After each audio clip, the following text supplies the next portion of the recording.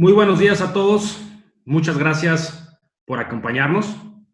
Es un gusto poder ver amigos que nos acompañan, clientes, corresponsales. Me da gusto ver que nos siguen desde Brasil, desde Europa, desde el resto de Latinoamérica, amigos de Guatemala. Con mucho gusto. Tenemos un aforo importante, lo cual me da todavía más gusto. Así que muchas gracias. Vamos a comenzar. Bienvenidos. Somos la firma KNR Abogados, miembros de Grupo Legal México, su servidor, el licenciado Cudo, Luis Francisco Cudo, socio de la firma. Me acompañará en esta presentación la licenciada Laura Montes, titular del área de propiedad intelectual de la firma. Esperamos que todos se encuentren bien. Son tiempos difíciles. Ojalá que estén muy bien ustedes y su familia. Para empezar, esta exposición únicamente va a versar en cuestiones novedosas de la nueva ley. Por más trascendentes que sean los temas, si no son parte de la nueva ley, no los tocaremos por esta ocasión. Esperamos que la plática sea dinámica, que sea agradable, que sea amable. Intentaremos no utilizar tecnicismos o cuestiones procesalistas excesivas para que sea fluida y la puedan disfrutar, que sea una plática entre amigos. El motivo es la exposición de la nueva Ley Federal de Protección a la Propiedad Industrial. Nuestra plática la vamos a dividir en 3 etapas. La primera, la cual me haré cargo yo, que son las generalidades de esta nueva ley. La segunda parte, la licenciada Montes abordará las regulaciones de fondo en temas de marcas y patentes. Y en tercer lugar, la última parte será sobre cuestiones procesales, novedades en cuestiones procesales. Asimismo, sus preguntas las pueden hacer a través del chat de la plataforma. Por respeto al tiempo de todos, intentaremos contestar algunas, pero tengan la seguridad de que todas aquellas preguntas que nos manden serán contestadas en lo individual si es que no hay tiempo para contestarlas todas. Bueno, pues dicho esto, comenzamos. Primero nos abocamos al génesis de la reforma. ¿A qué se debe esta reforma y por qué tan al cuarto para las 12? ¿Por qué al vapor? ¿Por qué de un día para otro? Si bien es cierto que ya había una propuesta en el Congreso o varias iniciativas en el Congreso, pues claro que a todos nos puede tomar de sorpresa que de un día para otro haya habido un cambio tan radical en cuestión de legislación, de que estamos hablando de una nueva ley. Pero también es importante saber y entender que no se cambia radicalmente nuestro sistema jurídico de propiedad intelectual. Hay modificaciones ciertamente, pero no es un cambio radical, no es un cambio que borre todo lo que existe para entrar a algo nuevo, no, sino que la reforma obedece a la necesidad de alinear nuestra legislación con la legislación canadiense y norteamericana derivado de la entrada en vigor del nuevo Tratado de Libre Comercio. De ahí la razón por qué de un día para otro la publicación y la modificación. Sin embargo, viene la ironía y vienen las fallas. Se habla de que lo que motiva la reforma fue la alineación con el sistema jurídico norteamericano y canadiense y se crean figuras para estar de acuerdo con aquella legislación norteamericana. Por ejemplo, se crea la figura del certificado complementario en patentes. Más adelante Laura va a abordar el tema de fondo, que bueno, se alinea. Sin embargo, la ironía viene en que la nueva ley crea figuras que no están permitidas ni para Canadá ni Estados Unidos. Por ejemplo, las patentes de segundo uso. Entonces, ahí es un primer asterisco que ponemos a la reforma. Asimismo, la reforma busca conceder mayor certeza legal, procesal y terminología. ¿Por qué decimos esto? Porque a lo largo de la práctica, a lo largo de los años, el Instituto Mexicano de la Propiedad Industrial ha implementado diversas figuras, acciones, a través de los usos y costumbres, se podría decir, a través de la emisión de acuerdos o de enmenduras reglamentarias. Ahora toda esa terminología no prevista en ley se intenta incorporar a la ley, lo cual lo celebramos y lo felicitamos. ¿Por qué? Porque da seguridad y certeza jurídica a los titulares y a los interesados de conseguir un registro marcario o de patentes. También la nueva reforma observamos que busca simplicidad en los procesos. Vemos una tendencia digital, la cual nuevamente celebramos, porque si bien es cierto que el instituto ya venía operando en cierta manera a través de medios electrónicos, también es cierto que se había hecho mucho al vapor. que era mucho con la costumbre, con enmendaduras a través de acuerdos. Es decir, el INPI iba marcando la tendencia y las formas de cómo se iba desarrollando este mundo digital. Ahora no. Ahora este mundo digital se incorpora en la ley, lo cual acota las facultades, lo que puede y lo que no puede hacer el instituto, y así quedan menos cosas al arbitrio de la autoridad, lo cual siempre es bueno, pues da certeza y seguridad jurídica a los particulares. Se reconoce la firma electrónica avanzada, aquella que nos da el servicio de administración tributaria, como la firma idónea tratándose en materia digital para presentar cualquier solicitud. Ustedes, practicantes, ustedes, titulares de marcas, lo pueden saber que al día de hoy se puede presentar solicitudes y promover acciones y desahogar requerimientos ante el Instituto Vía Digital. Sin embargo, hay una falla, porque únicamente bastaba que la persona señalara el CURP del supuesto representante legal para poder mandar la promoción, lo cual se puede prestar a malos usos. Ahora no, ahora con este reconocimiento de la firma electrónica avanzada como el medio idóneo para la firma digital, no hay forma de que pase eso, de que haya una falsificación. También otra cosa que celebramos, las notificaciones electrónicas cobran formalidad ya están previstas en la ley, entonces también da mayor seguridad a los interesados. Pasamos a las generalidades. Generalidades de la ley. Cabe decir, como comentábamos, es una ley muy nueva, apenas publicada en el Diario Oficial de la Federación el pasado 1 de julio de 2020. Y nos rebautizan la ley, le cambian el nombre. La ley pasada, Ley Federal de Protección Industrial, ahora es la nueva Ley Federal de Protección de Propiedad Industrial, y no es cosa menor. Se agregan 181 artículos nuevos. La ley pasada contaba con 229 artículos, la nueva cuenta con 410 artículos. Es decir, 181 artículos nuevos con derechos y obligaciones adicionales que, si bien no cambian radicalmente nuestro sistema, sí es importante tener y tomar en cuenta.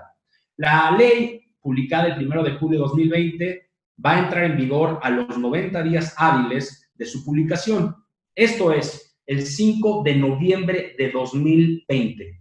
Salvo algunas excepciones, dos en particular, excepciones que vamos a poder ver en la siguiente lámina, dos excepciones en cuanto a su entrada en vigor.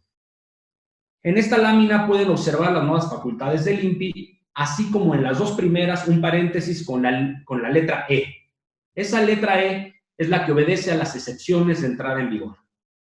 ¿Cuándo va a entrar en vigor sobre esas facultades del INPI? Los mismos transitorios de la ley nos lo marcan. Una vez que el instituto tenga el presupuesto o haga los ajustes presupuestales necesarios y que orgánicamente se cuente con el reglamento necesario para ejercer esas nuevas facultades. Entonces, ¿cuándo entrará en vigor estas facultades novedosas del INPI? Una vez que el mismo instituto y que la Cámara de Diputados, con la asignación del presupuesto, haga su chamba, haga su trabajo y les diga cómo funciona.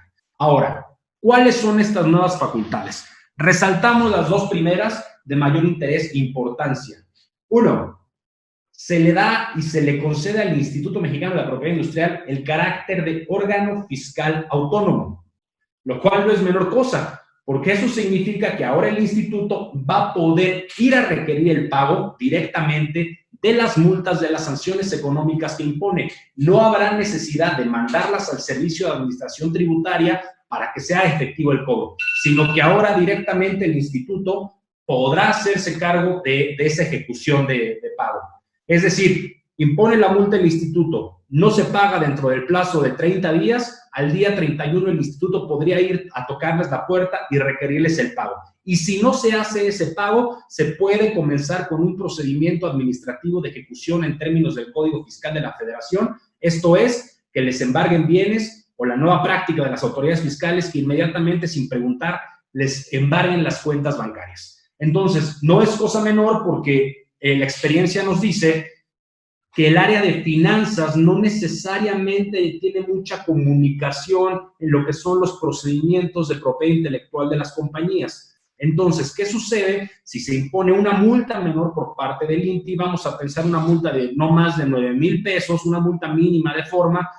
El área legal o el área de control de marcas no le da importancia porque es una multa pequeña o a lo mejor se va a un juicio pero no se garantizó, no hay esta comunicación con el área de finanzas y como no hubo garantía, el instituto ejerce facultades y embarga las cuentas bancarias. Bueno, eso puede ser un problema muy grande, por lo que se recomienda que haya buena comunicación entre sus áreas legales y ahora las direcciones de finanzas. Y además anticipamos que el instituto utilizará esta figura de ejecución. ¿Por qué? Porque la misma ley dice que todas aquellas multas que cobre directamente el instituto no serán enviadas a la tesorería de la federación, no van a pasar a la panza de la federación, sino que se quedan dentro del patrimonio del instituto. Dinero que cobra, dinero que se queda, lo cual por eso es atractivo para ellos también ejercer esta facultad. Facultad número 2, muy nueva. Esto sí viene a ser un antes y después en nuestro sistema jurídico mexicano, porque se le concede a una autoridad administrativa la facultad de condenar por el pago de daños y perjuicios. ¿Cómo funcionaba antes? Agotábamos nuestro procedimiento de infracciones, nos daban la razón en el instituto y teníamos una resolución que era nuestro documento base para brincar al área civil, a los tribunales federales civiles, para que ese juez federal pudiera hacer una condena de daños y perjuicios. Ahora ya no hay necesidad de eso. El instituto tiene la facultad por sí mismo de determinar esa condena de daños y perjuicios. Más adelante vamos a ahondar más en la figura. Número 3, facultad nueva. El Instituto Mexicano de la Propiedad Industrial, sin intermediación alguna, puede, a partir del 5 de noviembre, solicitar el auxilio de la fuerza pública para hacer cumplimentar sus determinaciones. Es decir, puede solicitar directamente fuerza pública federal, la Guardia Nacional, estatal, local, las policías municipales, para que sus decisiones sean coercitivas, para que se cumplan. Y número 4, fungir como perito en propiedad industrial. Es cierto que el instituto ya tenía la atribución de designar a quién fungirá como peritos en propiedad industrial. Ahora la nueva ley le concede la potestad al propio instituto de ser él el representante, de ser él el designado para la federación, para el estado, quien va a fungir como perito. Es decir, ya no se tiene que señalar a alguien externo por parte del instituto, sino que es el mismo instituto el que va a fungir como tal. Hasta aquí mi primera intervención en cuanto a las generalidades de la nueva ley. Ahora le voy a ceder la palabra a mi colega y amiga, la licenciada Laura Montes, quien nos va a hacer una exposición más de fondo sobre las regulaciones de registros. Hola, muy buenos días. Me da mucho gusto estar con ustedes el día de hoy y poder compartirles a grandes rasgos cuáles son las principales novedades que tiene esta ley que entrará en vigor en este año a finales, el 5 de noviembre. Les voy a hablar prácticamente en cuestión de invenciones, secretos industriales y signos distintivos y, como lo mencioné, las novedades más importantes.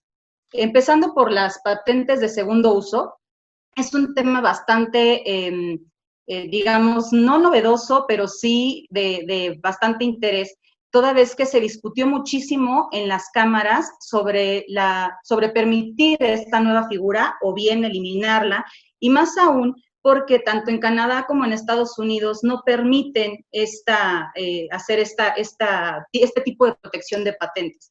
¿En qué consiste una patente de segundo uso? Pues bueno, podría darse el caso de que un medicamento que ya se encuentra en el dominio público se le encuentre un uso distinto al que originalmente tenía y por el cual fue patentado en su momento, ¿no? Entonces, esa patente que ya se encuentra en el dominio público podría ser protegida nuevamente por 20 años más, ¿no? Vamos a pensar en el activo de la aspirina, que al día de hoy, con este tema de la pandemia, se encuentre que combate la enfermedad causada por el coronavirus, ¿no? Entonces, ¿qué puede pasar aquí? Que se puede patentar ese nuevo uso de ese medicamento, lo cual evidentemente pues genera que este medicamento se encarezca y más allá de beneficiar a la sociedad o a la población para adquirir ese medicamento que puede ser bastante útil y justamente en este momento podría beneficiar muchísimo a la población, pues bueno, se encarecería y realmente eso no es un beneficio, ¿no? Entonces, estas patentes de segundo uso, si bien fue un tema bastante controvertido, pues finalmente ya se establece en esta nueva ley.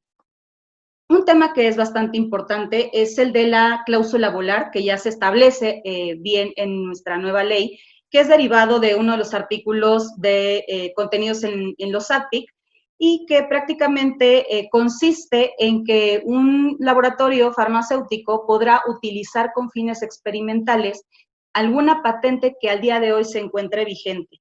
Esto con la finalidad de obtener el registro sanitario ante la Comisión Federal para la Protección contra Riesgos Sanitarios, que es la autoridad encargada de proporcionar las autorizaciones para comercializar productos farmacéuticos, con la finalidad de que al momento de que la patente concluya su periodo de vigencia, sus 20 años, inmediatamente puede entrar el medicamento genérico al mercado. Esto, pues, efectivamente evita mayores retrasos en cuestión de experimentación y la obtención del registro sanitario, lo cual, pues, permite, tanto por un lado a los laboratorios de medicamentos genéricos entrar rápidamente al comercio y también, por otro lado, a los consumidores para adquirir ese tipo de productos. Una figura bastante novedosa y también un poco controvertida es el tema de los certificados complementarios, ya que estos pueden considerarse o se ha considerado en algún momento como una especie de extensión de la vigencia de las patentes. Este tipo de certificados se concederán únicamente a las patentes que hayan tenido retrasos irrazonables por parte del instituto en su concesión. Si pasaron más de 5 años desde el momento en que se presentó la solicitud de patente hasta su concesión, es que se podrá solicitar este tipo de certificados complementarios, que su función prácticamente es como devolver esos años que perdió el titular de la patente por ese trámite tan extenso. El certificado tiene una vigencia de 5 años y pues es con esta finalidad. Ahora bien, en cuestión de vigencia de otro tipo de invención o de creación, es la vigencia de los modelos de utilidad. Al día de hoy, con la ley actual, está contemplada una vigencia de 10 años y ahora son 15 años improrrogables. Otro punto en cuestión de la materia, bueno, en materia de nulidad, es que ya se puede solicitar la nulidad parcial de la patente.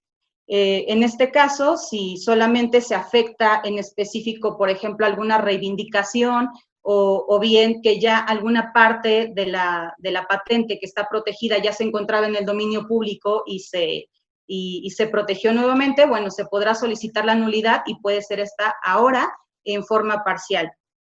Asimismo, respecto a las causales de cada una de las nulidades de este tipo de las invenciones, como bien se mencionó hace un momento, la ley es más extensa al día de hoy porque se han hecho varios artículos, se han agregado artículos que explican de manera mejor cada una de las cuestiones que en la ley actual no se preveían. Entonces, ahora tenemos un artículo específico para cada tipo de invención que señala cuáles son las causales específicas de cada una de ellas. Entonces, ya podemos encontrar un artículo en específico donde señala todas las causales de nulidad de patentes, otro para modelos de utilidad, diseños industriales, incluso también para los certificados complementarios, estos también pueden ser declarados nulos.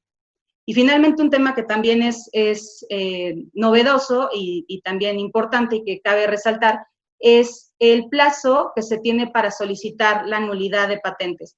En la ley actual se establecen 5 años para algunas causales, sin embargo, al día de hoy el plazo es completamente abierto y puede solicitarse la nulidad ya sea total o parcial de la patente sin ningún límite de tiempo, siempre y cuando pues esté vigente.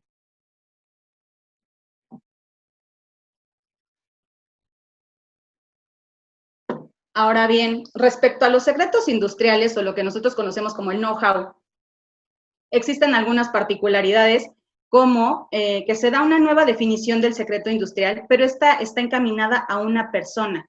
En específico, ya la ley señala que el secreto industrial es esa información que guarde la persona que tiene el control legal de la información con carácter confidencial. ¿Esto qué implica? Que ya está designando la ley a una persona responsable respecto de esa información confidencial que tiene una ventaja competitiva, ya sea en la industria o en el comercio. Entonces, esta cuestión es interesante, ya que finalmente toda esta información pues se centra en esta figura, ¿no? En la persona que tiene el control legal de esa información. Asimismo, se establece la definición de apropiación indebida de la información confidencial, que se refiere a aquella que se haya adquirido en contra de los buenos usos y costumbres en el comercio y que implique competencia desleal. Esto siempre y cuando no exista, obviamente, la autorización por parte de la persona que ejerza el control legal de la información confidencial. Y es así donde también, dado a este ajuste que hay de esta persona, se ha establecido también en los delitos que previamente ya se tenían establecidos en la ley, pero ya se han ajustado a forma de que involucren a esta persona como parte para que se pueda configurar el tipo penal, ¿no? Que toda la información que sea obtenida sin la autorización de él, obtenida, divulgada, apoderada, usada, etcétera, toda esta información sin la autorización de él podrá constituir un delito. Ahora bien, pasando al tema de signos distintivos, pues iniciamos con las marcas, que bueno, todas estas particularidades que les voy a comentar en general aplican no solamente a las marcas, sino también a los avisos comerciales y a los nombres comerciales, a las publicaciones de nombre comercial.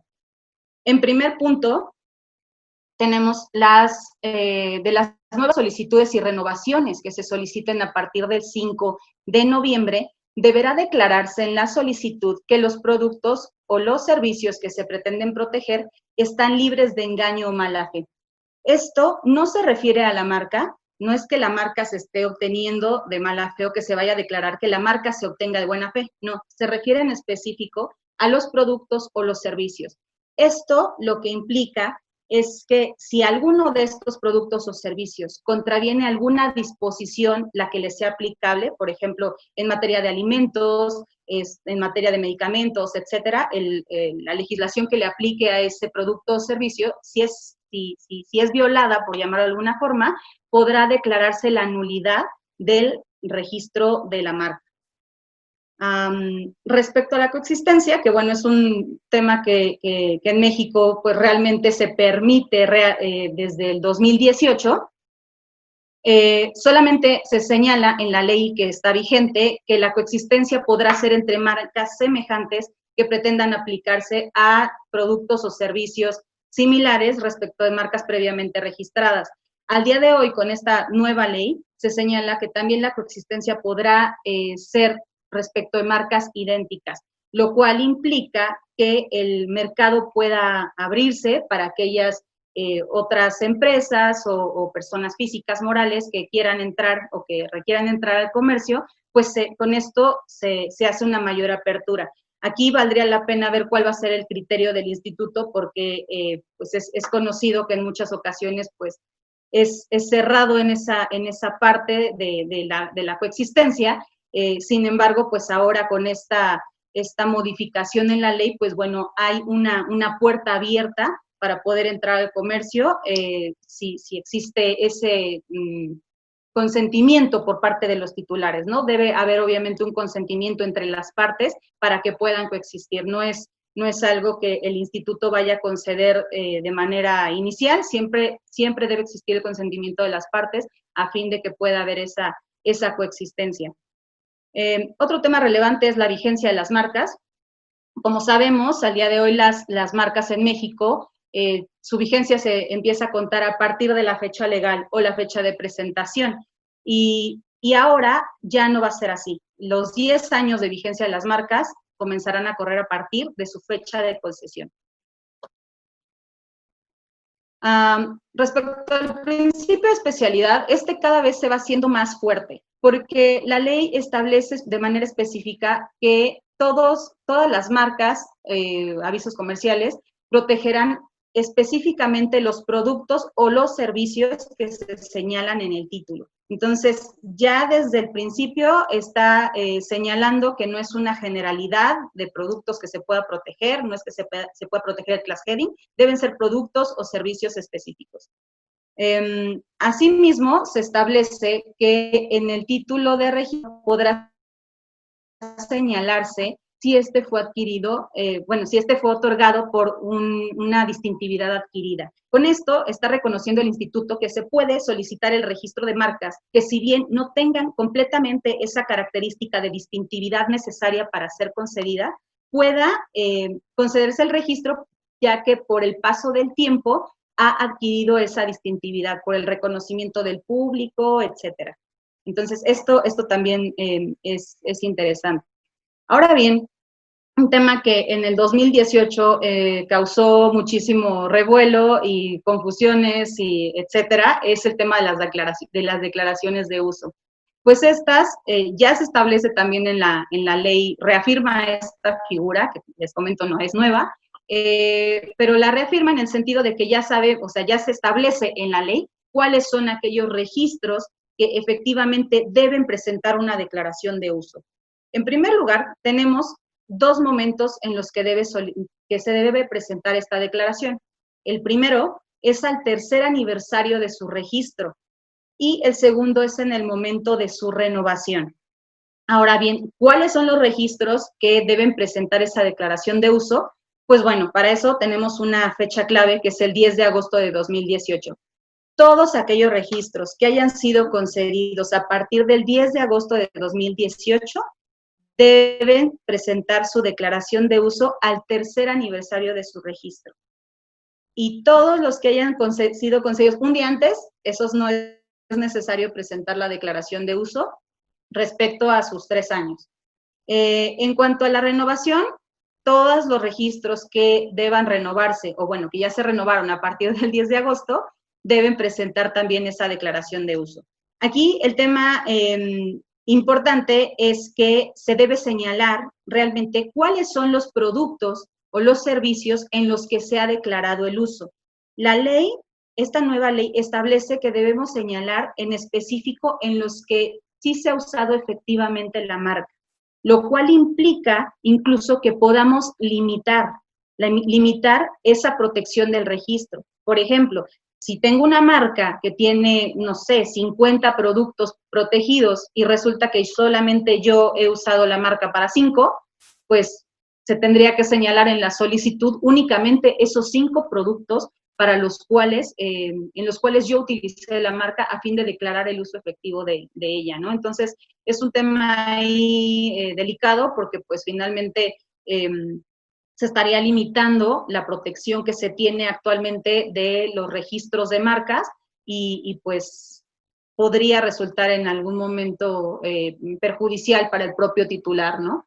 Esto también se hace con la finalidad de permitir que otros entes económicos puedan entrar al comercio respecto de aquellos productos o servicios en los cuales la otra marca o la marca que está registrada ya no se está usando, ¿no? Esto es con la finalidad de dar mayor apertura al comercio y de que exista esa posibilidad de que nuevas personas adquieran también registros de marcas.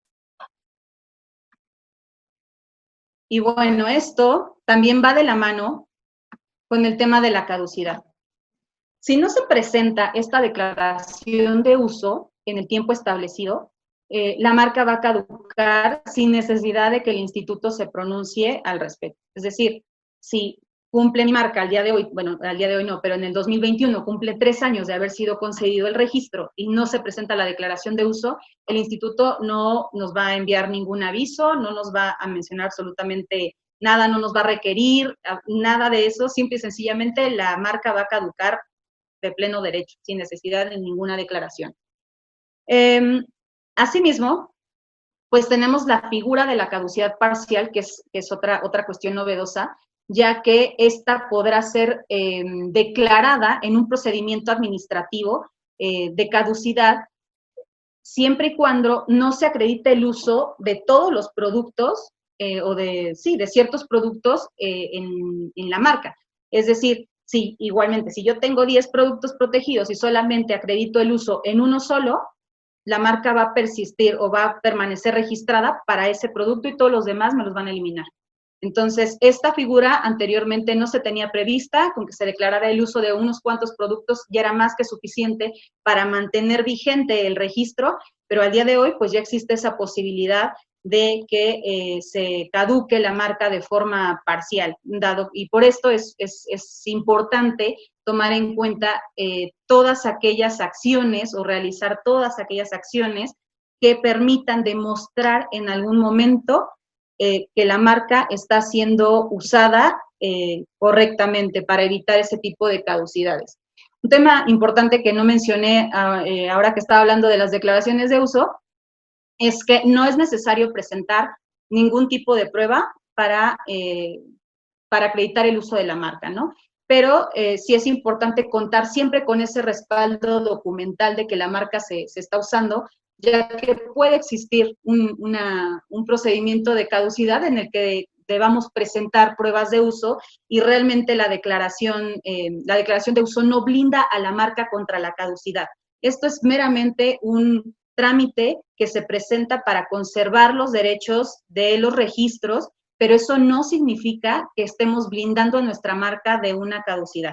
Entonces, tanto debemos contar con o debemos presentar en tiempo la declaración de uso y tener esas pruebas de uso para el caso de que llegara a presentarse algún procedimiento de caducidad, pues bueno, tenemos cómo respaldar ese uso, ¿no? Entonces no hay que confiarnos con que ya se declaró el uso y pues ahora ya estamos blindados, no, eso así no funciona. Ahora bien, por el tema de la nulidad, igualmente como en las patentes, ya se puede solicitar la nulidad parcial únicamente para dos causales de nulidad. La primera es porque se tenga un mejor derecho de uso y la segunda por en caso de que el instituto haya concedido el registro por error o inadvertencia. Finalmente, también en cuestiones de nulidad de marcas, tenemos que se puede declarar la acción de nulidad improcedente en el caso de que el solicitante haya presentado oposición con argumentos idénticos. Si la nulidad tiene los mismos argumentos de la oposición sobre los cuales el instituto ya se pronunció, esa acción de nulidad va a ser improcedente. En todo caso, no se impide que se pueda presentar una acción de nulidad, pero deben ser completamente distintos los argumentos para que sea procedente. Y bueno, ya en la última lámina relacionada a marcas, están las marcas de certificación, donde ya señala como requisito indispensable el hecho de que las empresas que quieran obtener este tipo de registro deben tener en su objeto social la actividad certificadora. Esto es novedoso, ya que también igualmente las marcas de certificación están vigentes o se ha visto esta figura desde el 2018 y el instituto ha estado solicitando a aquellas personas que quieren obtener un registro de marca de certificación que acrediten que tienen actividad certificadora en su objeto social, lo cual pues no tiene fundamento legal alguno porque no se establecía en la ley, ¿no? Entonces ahora con esta parte ya se rellena ese hueco y ya se establece que es un requisito indispensable que en el objeto social se encuentre esta actividad certificadora. Entonces, si no se tiene este requisito indispensable, pues será necesario modificar el objeto social, hacer ahí una reforma para efectos de que la empresa interesada pues pueda adquirir este tipo de marca. Asimismo, se señala un artículo en específico que indica cuáles son esas causales de cancelación de este tipo de registros, estando en primer lugar una falta de control por parte de la empresa certificadora respecto al uso al uso de la marca que se le está dando por parte de los usuarios. Segundo, que se autorice un permiso de uso distinto al que fue concedido o el que está propiamente protegido ante el instituto. La tercera es que esta empresa certificadora se involucre en la producción o en la comercialización de los productos o servicios. Obviamente este tipo de empresas no deben estar relacionadas, o mejor dicho, no deben participar justamente en ese tipo de actividades económicas. Y finalmente, otra causal de cancelación es que la empresa se niegue a certificar a una empresa que sí cumpla con las reglas de uso que se encuentran ante el instituto, o bien que niegue continuar certificando a otra que ya le había concedido el uso de la marca, aun cuando sí cumple con las reglas de uso. Y bueno, finalmente tipo penal de falsificación de marcas ya se ha establecido de una manera mucho más clara que permite que el tipo sea acreditado de manera más sencilla. Anteriormente se señalaba que el delito de falsificación debía ser con dolo y además con fines de especulación comercial. Entonces, no solamente bastaba que se usara la marca en el sentido estricto que no pudiera diferenciarse respecto de la original, sino que se tenía que acreditar tanto el dolo como la especulación comercial. Ahora, esos dos elementos se eliminan y únicamente basta con que la marca no se identifique o no se pueda distinguir en sus aspectos esenciales respecto de la que está registrada. Y bueno, ya para concluir, por mi parte, pues les voy a comentar los puntos más importantes relacionados con denominaciones de origen e indicaciones geográficas. En primer lugar, pues ya se establece que las denominaciones de origen deben contar con una norma oficial mexicana, ¿no? Esto ya se practicaba, por llamarlo de alguna forma. Hay normas oficiales para casi la mayoría de las denominaciones de origen. Hay algunas que todavía están ahí en proyecto, respecto a las más recientes, como que es la del Chile y Agualica. Pero en general ya están, ya era algo que se hacía, pero bueno, ahora esto se integra a nuestra nueva ley. En segundo lugar, lo mismo, ya se contemplan como bienes nacionales, que si bien pues eso ya se tenía contemplado, pero no en esta ley, ¿no? Ahora ya se establece en nuestra legislación. Asimismo, pues se señalan diferentes requisitos y procedimientos para llevar a cabo, para conceder una denominación de origen y una indicación geográfica. Y finalmente, se crea una figura que es la de certificadoras de las reglas de uso, y esto es para las indicaciones geográficas. Si bien las denominaciones de origen deben contener una norma oficial mexicana que establece cómo deben usarse o qué particularidades debe cumplir cada una de ellas, pues bueno, las indicaciones geográficas señalan, bueno, ya con esto, pues tendremos una certificadora respecto de las reglas de uso que se deberá cumplir por parte de quienes utilicen este tipo de indicaciones. Y bueno, pues por mi parte es todo. Bueno, esperaré sus preguntas y respuestas ya al final de la presentación. Y pues igual le doy el pase al licenciado Luis Cudo, que pues bueno, les dará la tercera parte y ya la final de esta presentación. Muchas gracias. Muchas gracias, Laura. Muy interesante. Muchas gracias. Y gracias también nuevamente a los que nos acompañan. Me da gusto ver amigas y amigos desde Perú, España, Estados Unidos, aquí en México, amigos del sector restaurantero, de medicamentos, de dispositivos médicos. Muchas gracias por estar con nosotros. Pasamos a la tercera parte de nuestra presentación, y esto es novedades procesales. Al final del día, mi instrucción es de litigante, entonces es una parte que me apasiona independientemente del área de derecho administrativo de la que estemos hablando. Esto es lo que realmente me gusta, el proceso y el litigio. No es que yo sea una persona conflictiva ni bélica, pero honestamente me gusta el proceso. Y cosas a destacar, novedades procesales de la nueva ley. Supletoriedad. Supletoriedad de la Ley Federal de Procedimiento Administrativo y del Código Federal de Procedimientos Civiles, así como del Código Fiscal de la Federación a la legislación de propiedad industrial. Más de uno fácilmente me podría decir, pero eso ya sucedía, ya había una aplicación supletoria. Y mi respuesta hacia ello sería sí, pero parcial. Ahora la supletoriedad de la Ley Federal de Procedimiento Administrativo es expresa y sin limitantes.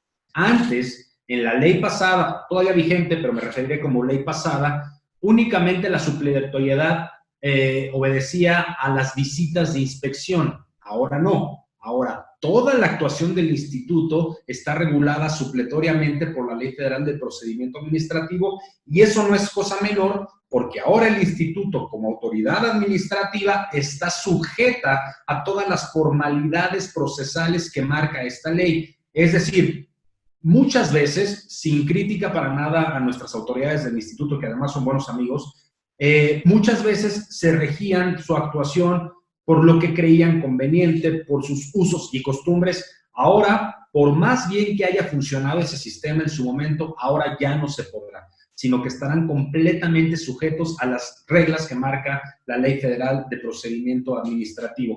El tema de supletoriedad del Código Fiscal de la Federación obedece a, como lo señalé previamente, que ahora se inviste al instituto como una autoridad fiscal. Luego, entonces, para poder ejercer estas atribuciones de cobro coercivo, es que necesita la supletoriedad del Código Fiscal de la Federación para tener reglas claras sobre cómo llevará esa ejecución y requerimiento de pago. Otra novedad procesal que nos llama la atención, la independencia de cotitulares, la legitimación procesal que tiene la independencia de cotitulares. La cotitularidad no es una figura nueva, existía en la legislación pasada. Sin embargo, se establecía que conforme a las reglas de la cotitularidad que establecieran los interesados, era cómo se iba a defender la marca. Ahora no. Ahora la nueva ley permite que cualquiera de los cotitulares, aún sin anuencia, aún sin permiso del otro, puede ir a juicio, puede ir a una acción, puede defender la marca por sí mismo, aún y cuando en las reglas de cotitularidad no se haya establecido esa facultad independiente. Esto tampoco es cosa menor, porque lo que es bueno para uno a lo mejor no lo es para otro. Entonces puede haber una pugna de intereses entre los cotitulares, que uno quiera ir a una acción y que el otro, por algún interés comercial o porque es su verdad legal, considere que esa acción es lo más conveniente. Bueno, pues esa parte que quiere ir al proceso no necesita la autorización de su cotitular para poder ir a esa acción. Punto número 3. Parte de la simplificación administrativa que hablábamos en un principio. Se elimina el requisito de inscribir licencias. Aquellas licencias de marcas, licencias de patentes, licencias de avisos comerciales, anteriormente para que surtieran efectos frente a terceros, era indispensable su inscripción ante el Instituto Mexicano de la Propiedad Industrial. Ahora se elimina ese requisito, lo cual, si lo vemos aisladamente, podría ser bueno. ¿Por qué? Porque se suprime la labor administrativa, el trabajo, el costo de pago de derechos por inscripción de esas licencias. ¡Qué bueno!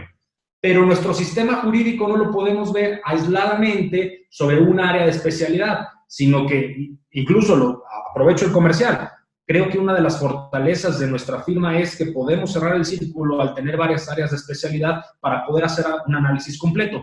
¿A qué voy con esto? Qué bueno que en materia de propiedad industrial se elimina el requisito de la inscripción de la licencia. Pero por otro lado tenemos la materia fiscal, en donde día con día nos damos cuenta que la autoridad fiscalizadora requiere de más elementos para darle veracidad a aquellas operaciones que se hacen deducibles o que se les da un efecto fiscal. Por lo general, la concesión de una licencia siempre viene aparejada del pago de una regalía. Regalía que a su vez es deducible para efectos del impuesto sobre la renta. Entonces, si yo voy como contribuyente ante el fisco probando el pago de una garantía con un contrato de licencia de marca sin que esté registrado ante el INPI, desde hoy lo puedo asegurar y lo puedo firmar, el Servicio de Administración Tributaria lo va a rechazar. Lo va a rechazar bajo el argumento de que ese contrato no tiene fecha cierta ni que su existencia está aprobada.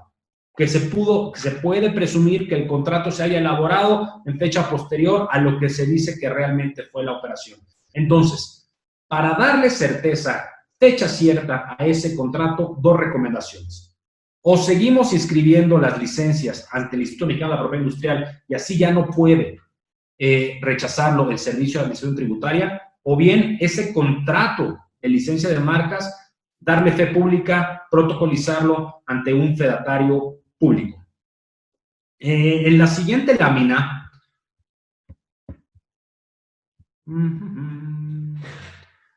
sostenemos un tema algo controversial. La inconstitucionalidad de las tarifas del Instituto Mexicano de la Propiedad Industrial. Hago un poquito de historia porque llegamos a esta conclusión. Aproximadamente en el año 2005 tuvimos la oportunidad de participar en una serie de amparos atacando la inconstitucionalidad de las tarifas bajo el argumento primordial, medular, de que iban en contra de los principios tributarios de legalidad y de certeza jurídica porque se le concedía al instituto la facultad de determinar el monto de la cuota a como mejor obedeciera a sus intereses. En un primer momento se nos concedieron los amparos, incluso se hizo tesis aislada de jurisprudencia en donde se decretaban la inconstitucionalidad de las tarifas. Vino una segunda ola de amparos, sin embargo, esa segunda ola fue resuelta en contrario y se declaró la constitucionalidad de las tarifas, lo cual llevó el asunto hasta la Suprema Corte de Justicia de la Nación para ventilar, para resolver esa contradicción de criterios, esa contradicción de tesis, y en su momento la Corte emitió jurisprudencia determinando que las tarifas del instituto no tenían por qué dar cumplimiento ni obedecer las garantías tributarias por no tener la naturaleza de contribuciones, sino que únicamente obedecían a las necesidades del instituto y el servicio que prestaban, el costo que les representaba el servicio, pero sin ser derechos.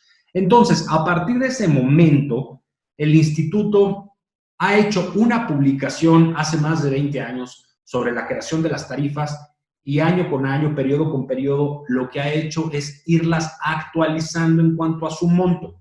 Sin embargo, derivado de esta jurisprudencia de la Corte, no justifica esa actualización, sino que nuevamente actualiza su monto de acuerdo con su necesidad propia de gasto. Sin embargo, ahora la reforma cambia la jugada y crea este artículo 11, y lo leo textual. Las tarifas serán fijadas por la Junta de Gobierno en coordinación con la Secretaría de Economía, aprobadas por la Secretaría de Hacienda y Crédito Público, y deberán publicarse en el Diario Oficial de la Federación.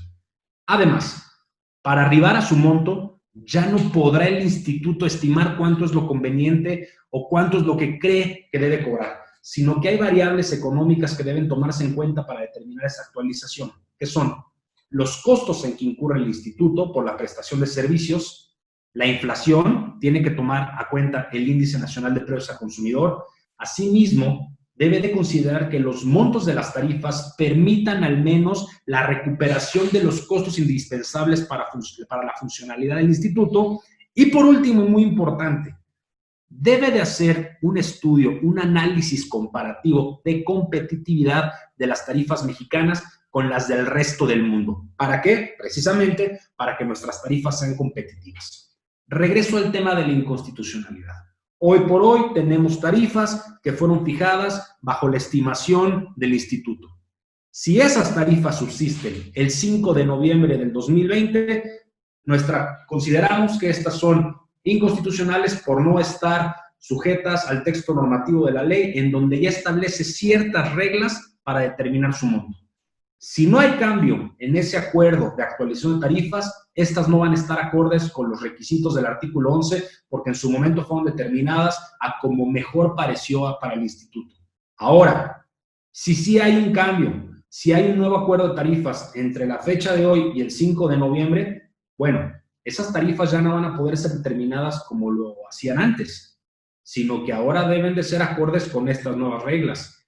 Y si siguiendo estas nuevas reglas resulta que las tarifas son menores a las que al día de hoy se cobran, veo complicado que el instituto ajuste su presupuesto para abajo.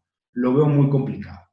Y entonces, si insiste en este monto de tarifas, pues caray, el acuerdo también sería sujeto ya sea de un juicio de anulación o bien la inconstitucionalidad ante el Poder Judicial de la Federación. Creo que es un tema, una tarea pendiente que tiene el INPI para justificar la constitucionalidad de las tarifas. En nuestra siguiente lámina, novedad procesal, medidas provisionales dentro del procedimiento de infracciones. Nada novedoso el concepto de fondo, que son acciones previas para detener un daño mientras dure un procedimiento administrativo. Sin embargo, las novedades son que se amplían las facultades del instituto frente a estas medidas provisionales. Antes existía la facultad plena de que el instituto podría suspender la circulación, retirar de anaqueles las mercancías que fueran en contra de los derechos de un tercero. Ahora se extiende. Antes el uso, para efectos de esta medida provisional, se entendía en territorio nacional. Ahora brincamos a la materia del comercio exterior y se le da el uso también a la legislación aduanera, a la importación y exportación o tránsito de mercancías. Luego, entonces, esto puede ser el principio para que México se alinee con la prohibición de Estados Unidos y de Canadá sobre las importaciones paralelas. Es decir, aquel que importa un producto al país que, si bien fue obtenido legalmente en su país de origen, el licenciatario extranjero no dio autorización para que se comercializara en una jurisdicción diversa. Creemos que este puede ser el principio para atacar las importaciones paralelas. Segunda novedad en medidas provisionales.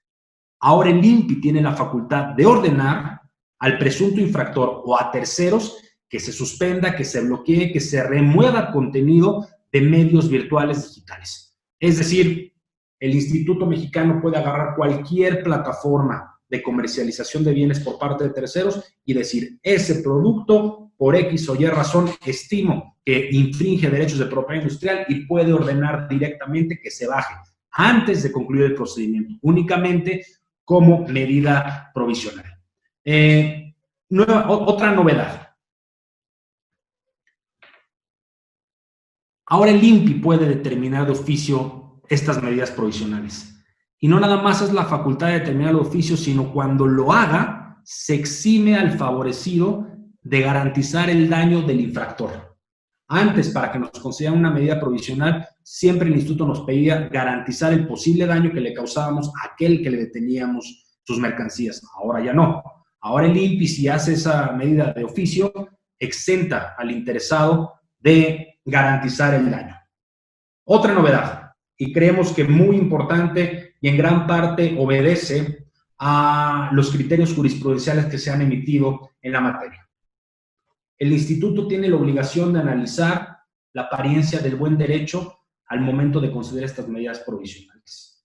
Con base en el buen derecho y para efectos de esta medida, el instituto tiene obligación de asomarse a priori al fondo del asunto con el objeto de apreciar si es que existe una infracción. Es decir, si de las primeras constancias el instituto tiene el pensamiento, cree que puede haber actos o omisiones constitutivas de una infracción, bueno, esa apariencia de buen derecho le es justificación para conceder la medida provisional. Ya no tiene que tener una serie de pruebas irrefutables en el escritorio para conceder esa medida provisional, sino que basta la apariencia de buen derecho para poder concederla.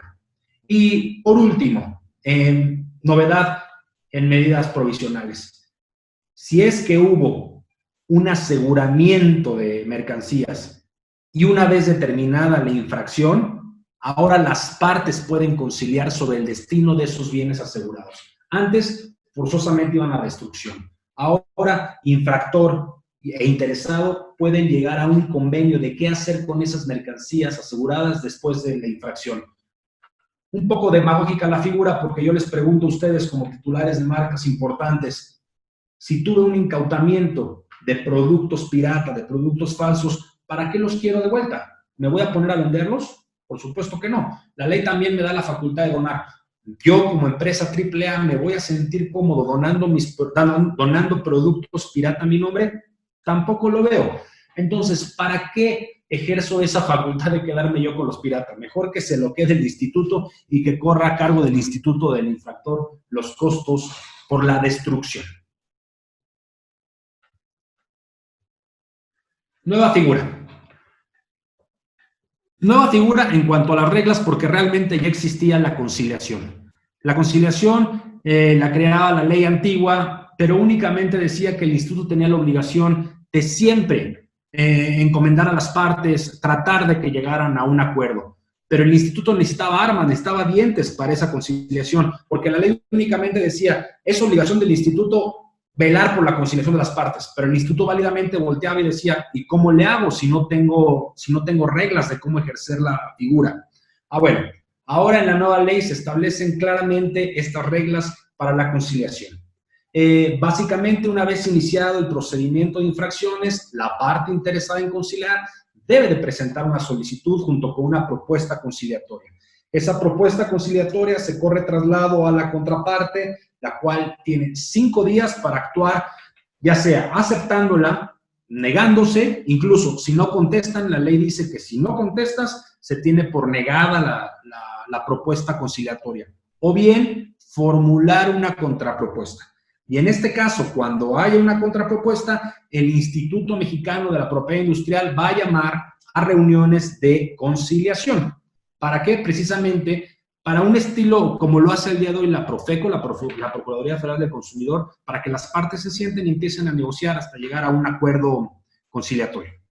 En la siguiente lámina siguen las normas procesales de la conciliación y básicamente nos señala que si existieron medidas provisionales dentro del procedimiento de infracción administrativa, pero llegamos a un acuerdo, como parte de esa conciliación, las partes nos vamos a tener que poner de acuerdo en dónde van a quedar, cuál va a ser el destino de las garantías otorgadas y de los bienes asegurados. Punto también muy importante, la pura promoción, la pura solicitud de la conciliación no suspende el procedimiento de fondo. Independientemente de cómo vaya la conciliación, el procedimiento de fondo va a continuar. Y si no nos apuramos a llegar a una conciliación, a un acuerdo de calidad, bueno, el INPI va a seguir con su facultad de oficio y va a terminar el proceso. Y una vez determinada la infracción, ya no va a ser posible esta opción de la conciliación. Y por último, en el caso de llegar a un convenio, bueno, este tendrá el carácter de cosa juzgada y trae aparejada ejecución en caso de incumplimiento.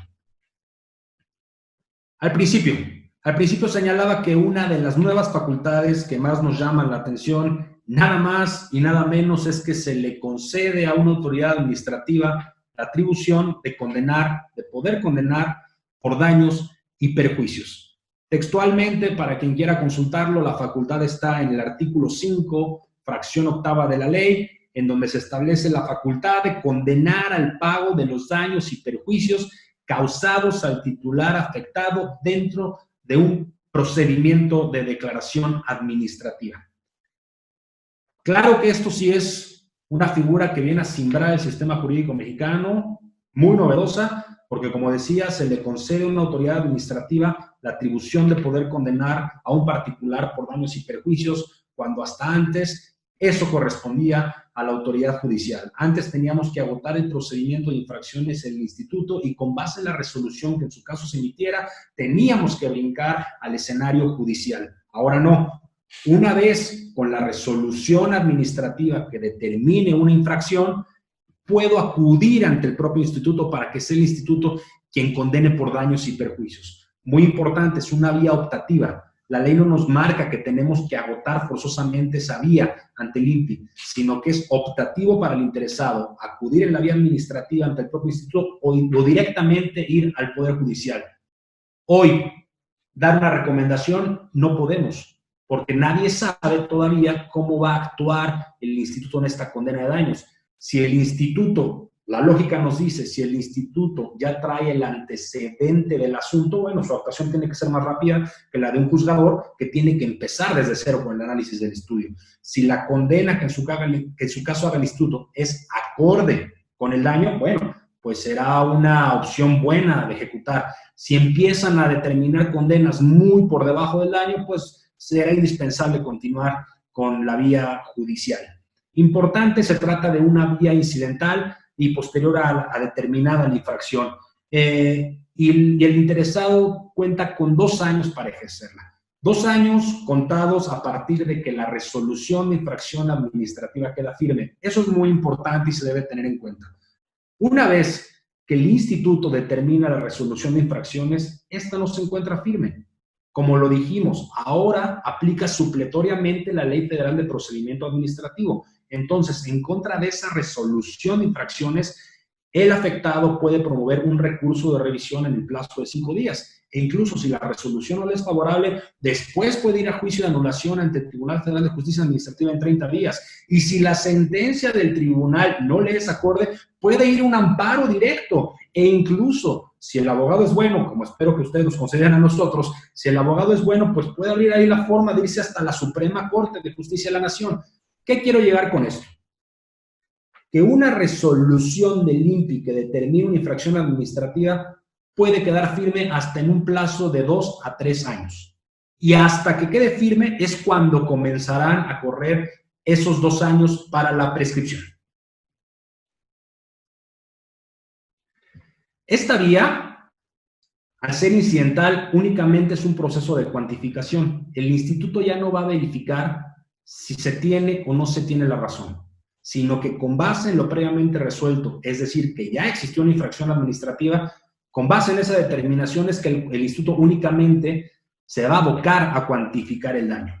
Y para eso, la ley nos marca las reglas de cómo habrá de cuantificarse el daño y se genera una variable. La base para determinar el daño nunca podrá ser menor al 40% del indicador de valor legítimo. ¿Qué es el indicador de valor legítimo? Mi línea, mi monto base para poder cuantificar ese daño. ¿Y cómo llego a ese indicador? Bueno, se establecen 4 puntos en la ley. 1, el valor de los productos o de los servicios infringidos, calculados al precio de mercado. Número 2, las utilidades que en su caso dejé de percibir. Número 3, las utilidades indebidas que haya obtenido el infractor. Y número 4, el precio que el infractor, en todo caso, me debió de haber pagado por haberle concedido una licencia. Una vez con esas variables, se puede obtener el valor legítimo, el indicador de valor legítimo. Y dicho ese monto, la indemnización nunca va a poder ser menor al 40%. Y por último, la resolución de condena por daños y perjuicios, como cualquier resolución, como cualquier sentencia, pues tiene que probar el nexo, la vinculación, la causalidad entre la infracción y la lesión producida, y por último, la determinación, la cuantificación del daño y o perjuicio que en su caso se hubiera ocasionado. Por último, a lo mejor algo controversial.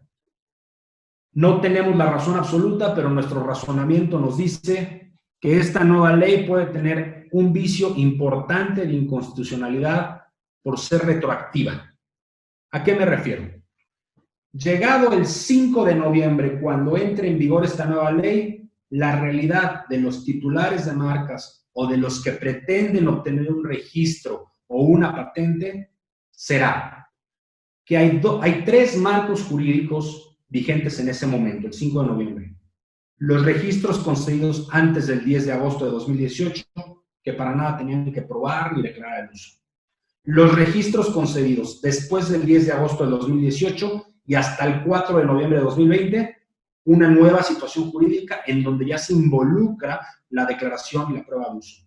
Y un tercer momento, una tercera legislación que en su caso estaría vigente frente a registros vivos, es la que los que se vayan concediendo después del 5 de noviembre. Es decir, 3 momentos de legislaciones con 3 reglas diferentes. Nuestra hermenéutica, nuestra interpretación jurídica nos dice que los registros concedidos deben de estar reglados conforme a las normas que existían al momento en que fueron concedidos. Sin embargo, si leemos los artículos transitorios de la ley, expresamente y en varias ocasiones señala que todos los demás registros, por excepciones, salvo excepciones de los temas de uso, van a estar sujetos a lo dispuesto en el nuevo decreto. Es decir, una aplicación retroactiva de la ley. ¿Cómo es que mi registro concedido en 2017 ahora resulta que está sujeto a una ley que en su momento no existía, sino que se creó 3 años después? ¿Cómo? ¿Dónde está la seguridad y la certeza jurídica? Bajo estas reglas me diste una marca Estado mexicano, bajo estas reglas me la respetas. Y no por un plumazo legislativo me puedes eliminar ese derecho que yo tengo. No es cosa menor. Laura nos comentaba y nos platicaba sobre que ahora el instituto puede declarar la caducidad parcial de un registro de marca. Si yo tenía una marca en una clase, pero cubriendo 10 productos, conforme a la legislación anterior, bastaba que yo probara el uso de un solo producto para poder proteger el resto de los 10 productos. Ahora no. Ahora, como existe la caducidad parcial, el instituto puede caducar mi registro por los 9 productos que no uso y únicamente conservarlo por el producto aislado que sí uso. ¿Por qué una marca concedida cuando no existía esa declaración de caducidad parcial, por qué ahora me la están poniendo bajo esa restricción? Y como ese ejemplo, hay varios. Entonces, hay que tener mucho cuidado con esta aplicación retroactiva que, insistimos, desde nuestra consideración puede ser inconstitucional. Bueno, pues hasta aquí nuestra presentación. Como lo dijimos al principio, quisimos hacerla amena, quisimos hacerla rápida para no quitarles más de 1 hora de su tiempo, y si nos lo permiten podemos contestar, ya nos pasamos bastante el tiempo, si nos lo permiten para no robarles más de tiempo, podemos contestar un par de preguntas, y todas que nos llegaron por el chat, cuenten con nuestro compromiso de que las contestaremos. Aquellos que no contestemos, las contestaremos vía correo electrónico. La licenciada Hiromi Seki, que es parte del equipo de propiedad intelectual de la firma, ella junto con la licenciada Gloria Maldonado apuntó las preguntas. No sé, Hiro, si nos puedas, la que tú quieras, escoger unas 4 preguntas, por favor, entre tú y Gloria, si nos hacen favor. Sí, claro. La primera pregunta es de la licenciada Andrea Jiménez hacia la licenciada Laura Montes y es la siguiente. ¿Es posible solicitar un certificado complementario respecto de las patentes que se encuentran en trámite o que ya fueron concedidas? Y en su caso, ¿cuál es el momento adecuado para hacerlo? Hola, pues bueno, muchas gracias por la pregunta. No se pueden aplicar, no se puede solicitar un certificado complementario para las patentes que se encuentran en trámite o para las que ya se concedieron. Solamente esta figura aplicará para aquellas que sean solicitadas a partir del 5 de noviembre o, bueno, de la fecha en la que inicie la vigencia de esta nueva ley. Y no sé, el momento específico para solicitarla será cuando el instituto ya notifique al titular de que la patente efectivamente es viable, que ya se puede, ya se proceda al pago de las anualidades correspondientes para emitir el título, y se establece ahí un plazo de 2 meses, y es en ese plazo donde podrá solicitarse el certificado complementario. Además, o sea, de hacer el pago de las anualidades correspondientes, deberá señalarse o deberá de forma independiente solicitarse ese certificado complementario. Ok. La siguiente pregunta del licenciado Aldo Fragoso para el licenciado Luis Cudo es, en el caso de la independencia de los cotitulares, yo al ser titular y no querer ejercer ninguna acción, ¿puedo inconformarme a la acción que ejerza mi cotitular? Bueno, la ley es omisa en ese supuesto, no establece ese presupuesto. Sin embargo, si la defensa del cotitular inconforme recayera en nosotros, lo que nosotros sostendríamos es que evidentemente tiene interés jurídico para acudir al proceso. Al ser cotitular tiene un interés legítimo para poder comparecer al proceso. Entonces podría subir sus manifestaciones, sus argumentos de derecho a ese procedimiento, e incluso un poco más agresivo, podría promover, creo yo, se podría intentar un juicio de amparo en contra de la admisión de la acción intentada por su cotitular. Ya será algo de los jueces ver si basta tener ese interés jurídico. La siguiente pregunta la hace Alejandro Ruiz para la licenciada Montes, y esta es respecto de las medidas provisionales donde el INPI puede ordenar que se den de baja páginas o sitios web por violación de derechos. ¿Se incluyen las violaciones relacionadas con los derechos de autor? Ok, gracias. Específicamente, bueno, el instituto tiene facultades para resolver algunos temas relacionados con derechos de autor, en particular con las infracciones en materia de comercio, y incluso la Ley Federal del Derecho de Autor señala que el instituto puede aplicar las medidas que se establecen en la ley de la propiedad industrial, ¿no? En este caso, pues bueno, esta nueva ley. Y bueno, más considerando que justamente esta Ley Federal del Derecho de Autor, que también es otra que se acaba de reformar y que incluso ya entró en vigor, pues establece también cuestiones importantes respecto a violación en materia de derechos. Entonces, sí, también el instituto puede llevar o puede aplicar este tipo de medidas en cuestiones que son relacionadas con derechos de autor, e incluso, pues bueno, ya aprovechando, estamos preparando igual una presentación, próximamente les enviaremos la invitación para platicar justamente sobre este tema de cuáles son las particularidades de esta ley, ¿no? La de derechos de autor, y más por la cuestión de que se ha enfocado principalmente a las cuestiones digitales, ¿no? De que ya cualquier persona que se siente invadida en sus, o que se está violando alguna obra protegida por esta ley, pues puede solicitar al proveedor de servicios de Internet que pues la dé de baja, y pues ya se tendrá que acreditar que efectivamente se tiene la autorización, ¿no? Pero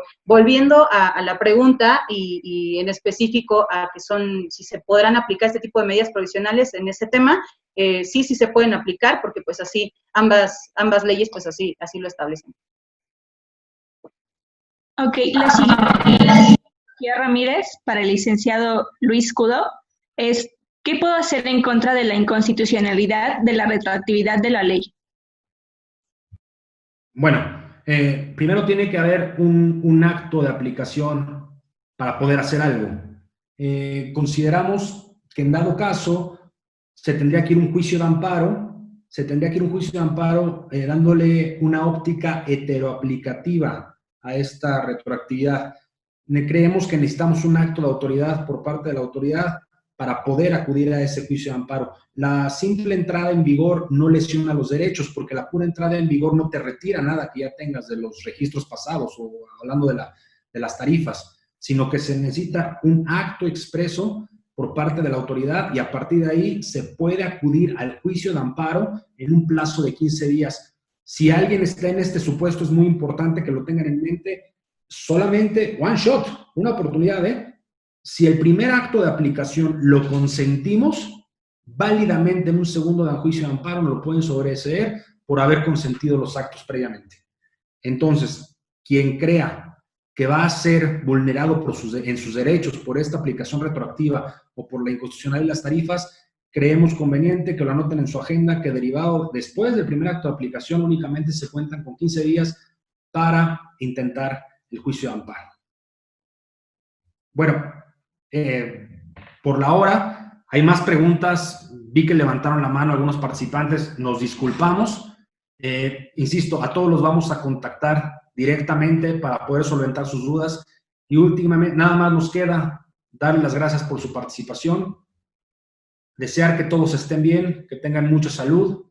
Muchas gracias nuevamente y esperamos verlos en el siguiente webinar sobre la Ley Federal de Derechos de Autor y sus reformas. Muchas gracias, un gusto. Gracias, hasta luego.